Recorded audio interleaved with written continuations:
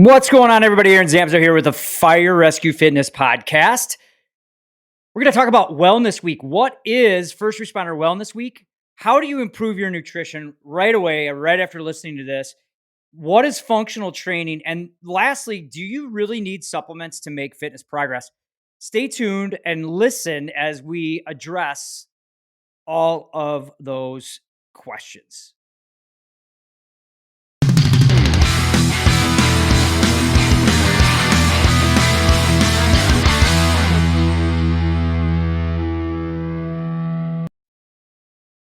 Well, I don't know if that intro worked out or not on the video, but hey, everybody, Aaron Zam's out here.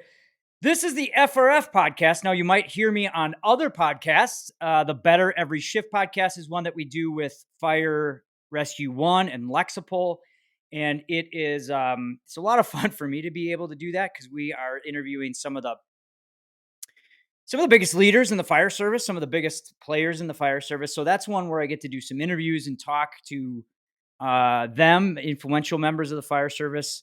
And that's over on the Better Every Shift podcast. Here with FRF, I just kind of get to go off and talk about anything I want. This is coming at you at the end of March. This is what's called First Responder Wellness Week. We did a live webinar with the Better Every Shift podcast about the Healthy 10 on Monday to kick this off. And hopefully you've been seeing some things on social media about this. And I just wanted to talk a little bit more in detail about what it is and why it's so important to us. It's very similar to Safety Stand Down. It was kind of the brainchild of Lexipol and Fire Rescue One and Police One and Dispatch One, with them doing, I've worked for both. I do work for Fire Rescue One and Lexipol, and they are very, very proactive organizations. I'm really impressed just with how their leadership is really focused on improving the fire service, improving first responders' health. And so, when they came up with this idea, they're like, hey, we really want to do this. We want to have you do a live webinar. I also did a video on resiliency. And as more and more resources keep popping up through the week, there is stuff on yoga, there's stuff on relationships, there's stuff on nutrition, mobility. And as stuff keeps coming up, I'm like, this is all great stuff. Quick 1 or 2 minute tips that I think any and every first responder needs to listen to and try to integrate. That's on lexipol.com, firerescue1.com. Better Every Shift did a live webinar, which is now you can get the actual podcast on the Healthy 10 with Chief Mark Bayshore. But again, this is hopefully going to happen the last week of March for now until infinity, kind of similar to Safety Stand Down, with just a real emphasis on how we as first responders can improve our health, how we can improve our overall health and be more balanced. So if you see some of the social media outlets, check out all the different things. Go to lexipol.com, firerescue1.com is really where a lot of the stuff is. I have a couple things on there again. Check out that podcast after you're done listening to this one. And so that's kind of what Wellness Week is. I want to make sure everybody is very well aware of it. If you ever have ideas on what kind of things we should be putting on Wellness Week, you can actually email me at firerescuefitness.com. If you go to contact me, that goes right to me. My dog doesn't answer emails anymore. She's getting lazy. And I'd love to hear your ideas. I have a little bit of their ear, as far as, hey, this is kind of what I'm hearing from the fire service and from members and friends that I have, first responders that they're dealing with. And hopefully we can get the right people to address those issues. So, tune in for that. It's a really cool thing. And I wanted to include it in this podcast because maybe a lot of you probably had some questions like, why am I seeing this? And what's it all about? So First Responder Wellness Week. And one of the questions, so I did a webinar earlier this week with Chief Bayshore about the Healthy 10, and we talked about nutrition. What are some of the basics of it? And I know nutrition can be really, really confusing. It has been for even me over the years because you can start reading one thing and all of a sudden that turns you down this path of, oh, now I shouldn't be eating carbs. And wait a minute, I can be eating carbs. And, there's now this diet, and then there's that diet, and then there's this, and there's ketones and paleo, and you name it, right? Like it can get really, really confusing. And it just leads to you having a beer and an ice cream, or in my case, a tequila and an ice cream, and you say heck with it. And like I said, you're not alone. It's very common. I've been working in the fitness industry now for 30 years, and I think it's kind of cyclical where nutrition kind of goes through different phases. There's a lot of science. There's a lot of data now being attributed to certain ways of eating. And I just want to get back to basics with you for a little bit here and just talk about. It's great to know, like, hey, keto may work. It's great to think about, the Mediterranean diet. It's great to think about, all these different, eating patterns, intermittent fasting or whatnot. But first things first, I think it's not a good eating pattern. It's not a good diet plan, or it's not a good nutrition plan if you don't learn to adapt to it, or it doesn't fit within your lifestyle. And here's what I mean. If you are one that you've tried and tried and tried, and you can't seem to just, be hungry enough to eat a breakfast, well, let's find something then that works for you, that hey, okay, right, so let's not eat a breakfast. Maybe you try fasting and eat all your calories from 12 o'clock in the in the afternoon until 8 o'clock. You might, every time you try to eat high protein, you have really bad gas, and you have stomach ache. Everybody kind of works, their bodies work different, and actually your body will work differently at different times. So it goes back to, all right, first and foremost, when you want to make some nutritional changes, you need to figure out exactly what you're doing currently. And I think the biggest thing, and 100% of the time, whenever anyone says, hey, help me out with my nutrition, I ask, well, what are you doing currently? What are you eating? And 100% of the time, people are like, well, I feel like I eat fairly healthy. And my question then back to them is, show me.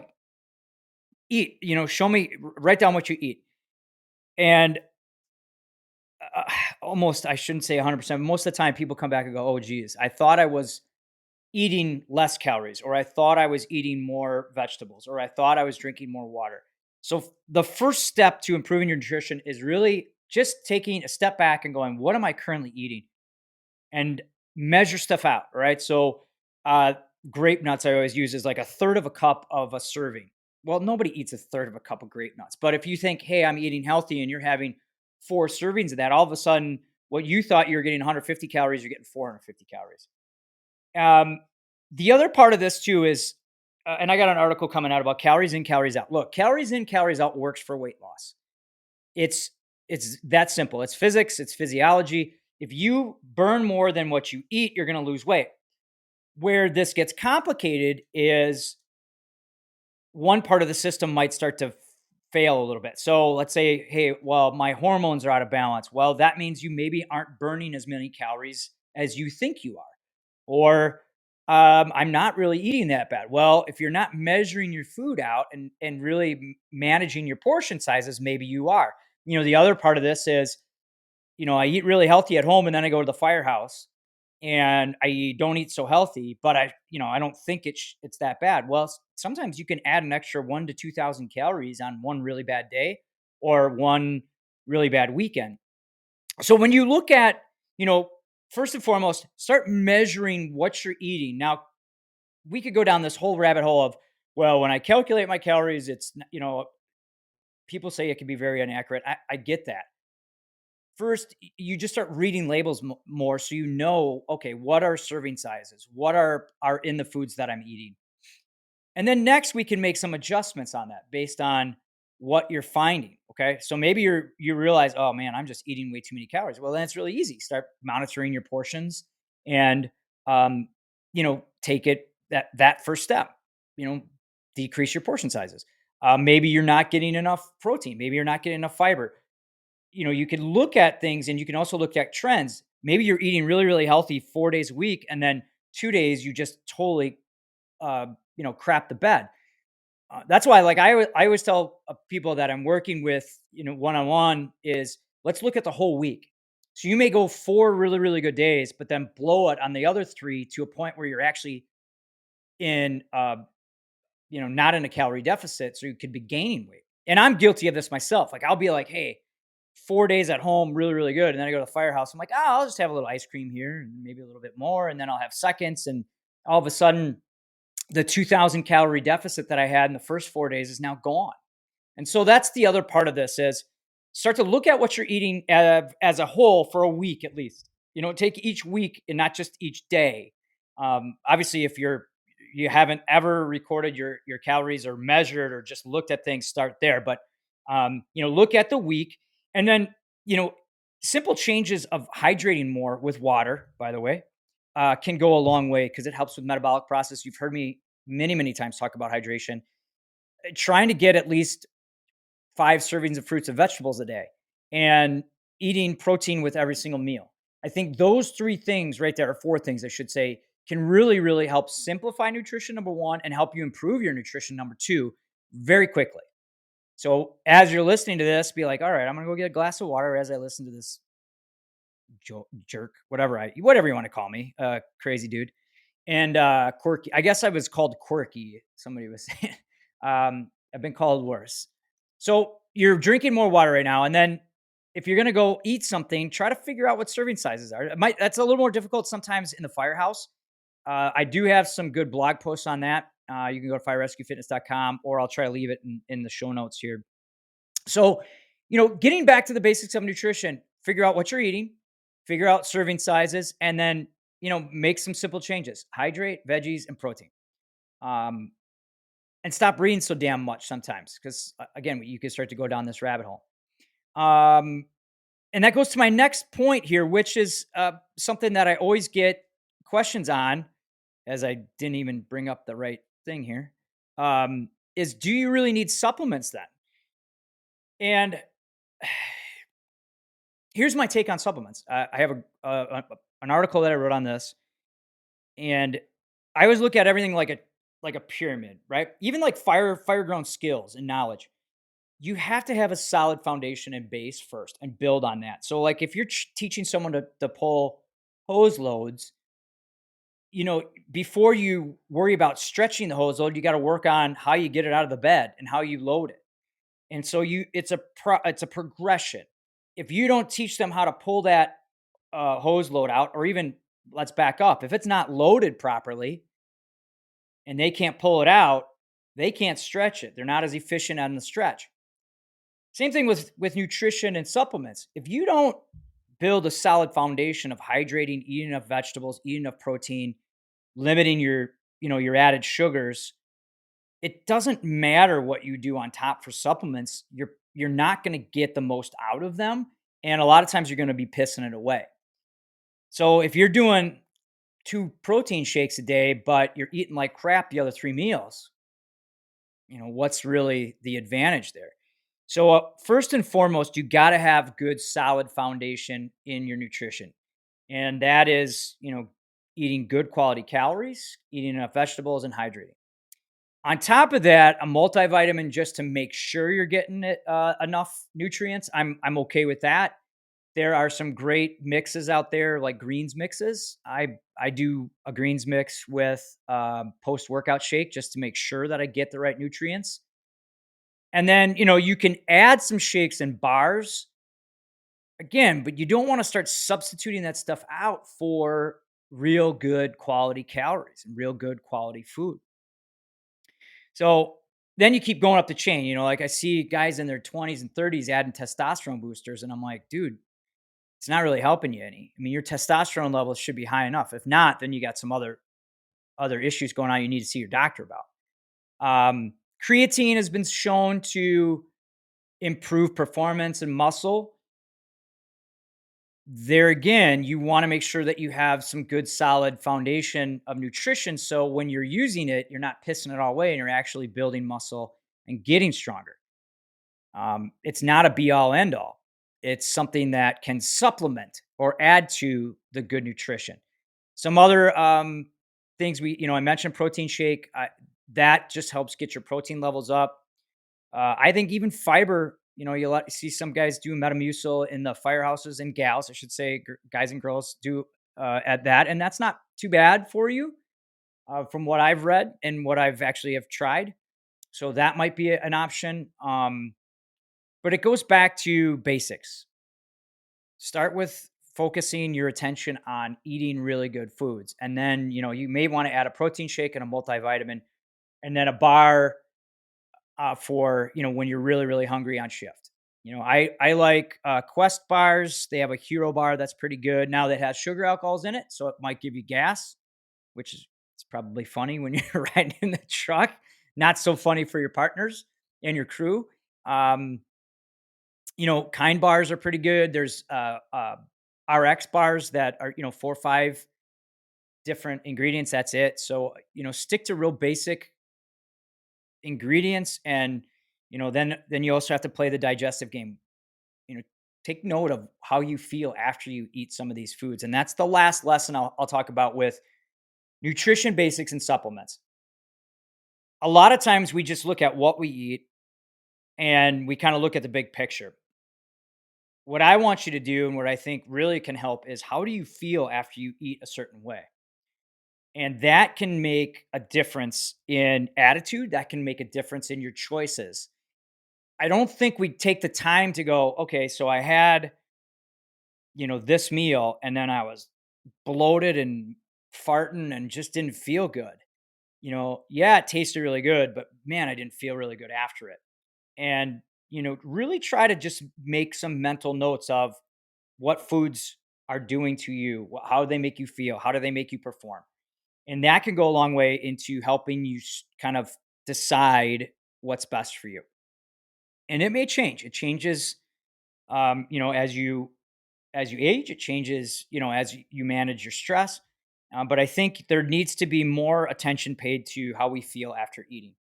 Another thing on this, been talking to a lot. There's a couple people on my department that are really, um, focused on improving their health and their nutrition. And one thing that one of my friends is doing is after he eats, he's not making himself. He's going for a 10-minute walk, at a fairly brisk pace.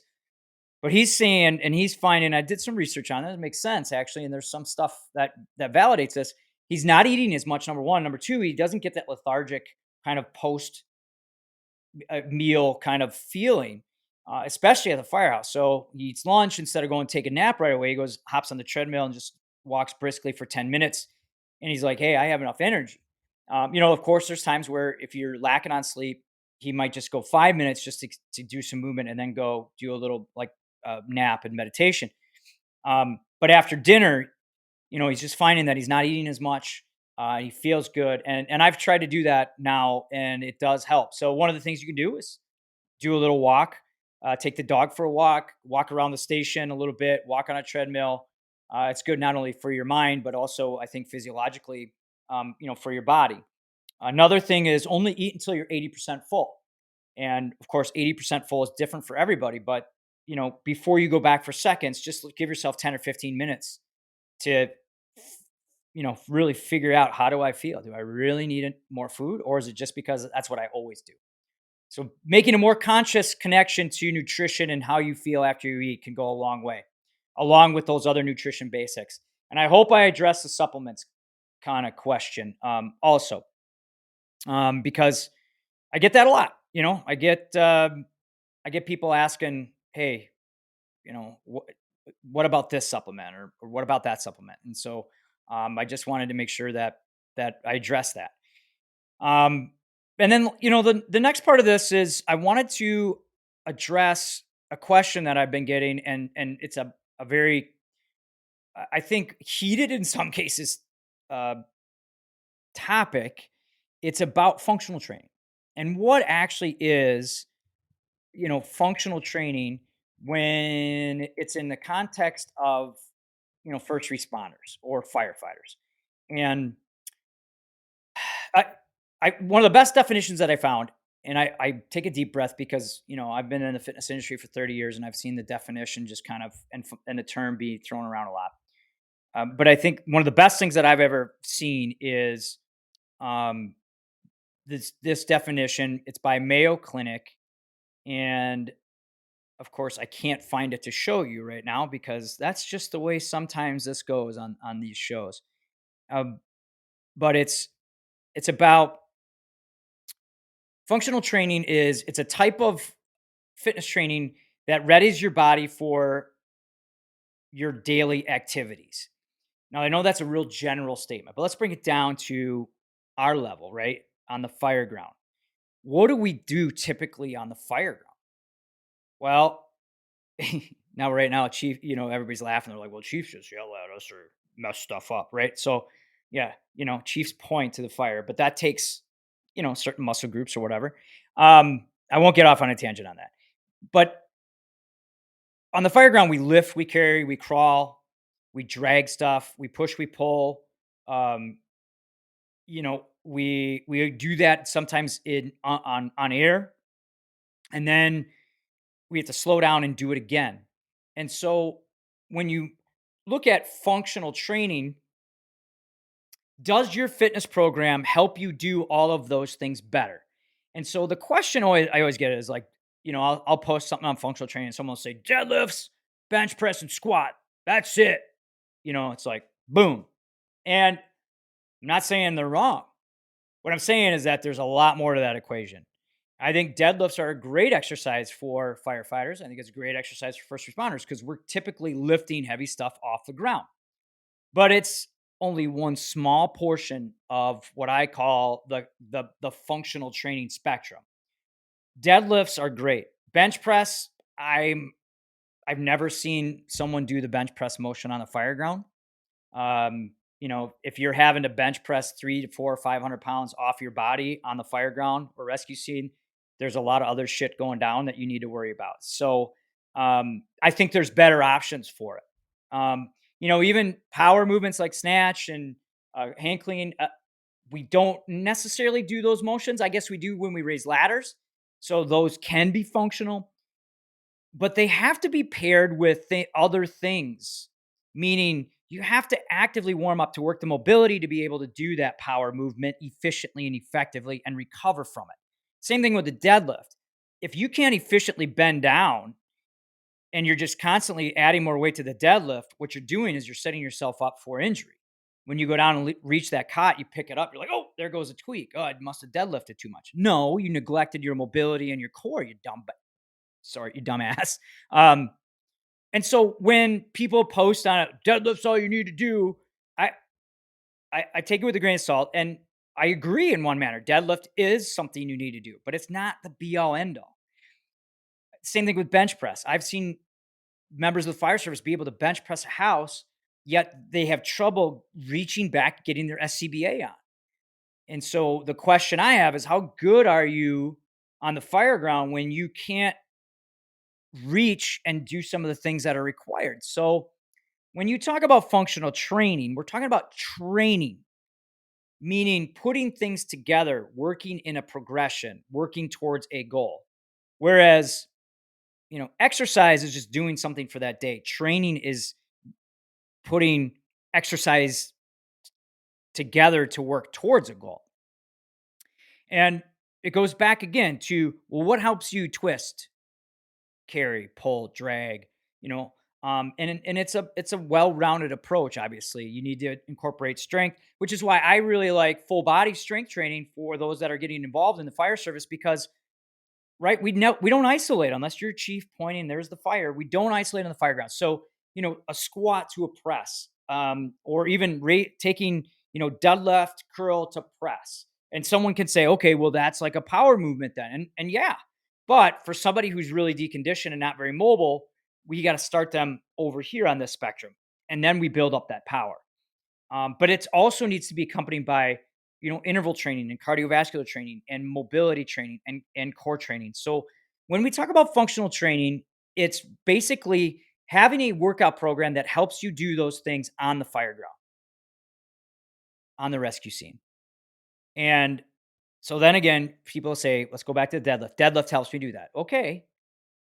But over time, if deadlift's all you do, it's not going to help you. It's going to start hindering you because you're going to start to lose your mobility. You're going to start to lose um, uh, functional movement through different planes of motion. And that's the other part about, lifting Like with machines are in one plane. We lift, carry, drag, twist in all different planes of motion. So we need to address those in our functional training systems.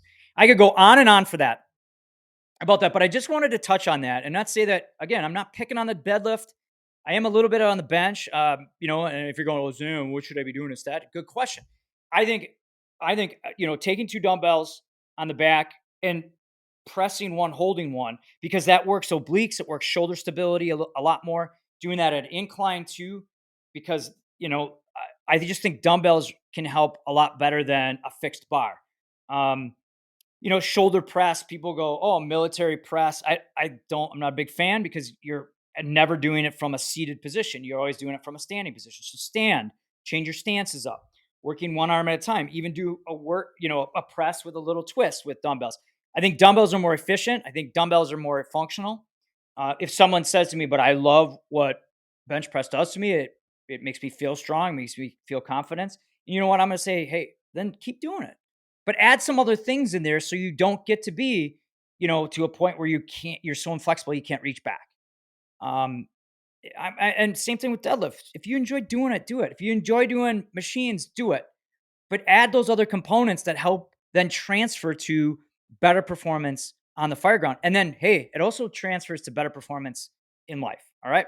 So that's what I wanted to address today with the FRF podcast. Again, you can hear me over at the Better Every Shift podcast, where I talk to influential leaders of the fire service.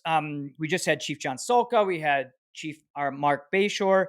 Actually had the head of the U.S. Fire Administration on there, and many other guests on that podcast. But for now, I thank you for listening to the FRF podcast, where I get to go a little bit more behind the scenes and a little bit more about rants and raves and answer questions. If you do have questions, reach out to me, firerescuefitness.com. Go to the contact me page or contact page that goes right to me. Give me a day or two to respond because I might be on shift. Because just like you, I'm in the front lines. I talk about this. I try to practice this after this podcast. I'm going to go work out. I'm not really excited about it, but I know I got to get it done. So, I appreciate you guys actually motivating me from time to time and making me put my money where my mouth is. Reach out with questions. Please subscribe to this podcast and the Better Every Shift podcast. Send me a message. Leave me a comment if you think I'm on something or onto something. Either way, man. Ultimately, let me know how I can help you and your crew get and stay more fit for duty. Thanks for listening, everybody.